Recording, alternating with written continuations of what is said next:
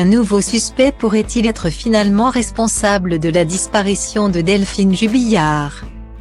L'infirmière âgée de 33 ans qui n'a plus donné signe de vie depuis la nuit du 15 au 16 décembre dans la commune de Cagnac-les-Mines, située dans le département du Tarn.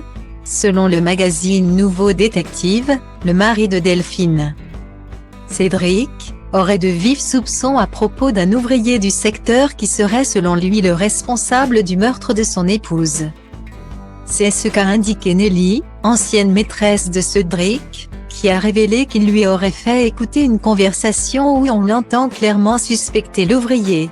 « Je veux savoir où est ma femme », aurait ainsi déclaré Cédric à l'ouvrier avant de l'accuser d'avoir dissimulé le corps de sa femme sous une plaque de fer.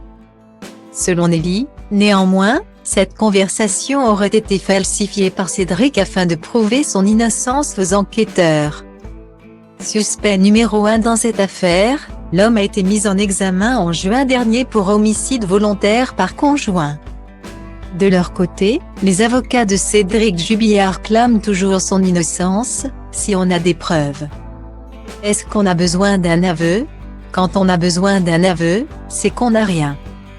Après 8 mois de recherche, le corps de Delphine Jubillard n'a toujours pas été retrouvé. Maman de 2 enfants de 2 et 6 ans depuis placés chez leur tante maternelle, la jeune infirmière de 33 ans était en instance de divorce avec Cédric et s'apprêtait à refaire sa vie avec un autre homme au moment des faits. Très vite, le comportement de son époux Cédric, plaquiste de 34 ans, avait alerté les enquêteurs. En effet, lorsque les policiers étaient arrivés au domicile de Delphine à 4h50 du matin, Cédric venait de lancer une machine avec la couette de Delphine, selon des informations du Parisien. La mère de Delphine aurait également confié aux enquêteurs que Cédric aurait confié en privé à propos de sa femme: « Je vais la tuer. Je vais l'enterrer et personne ne la retrouvera ».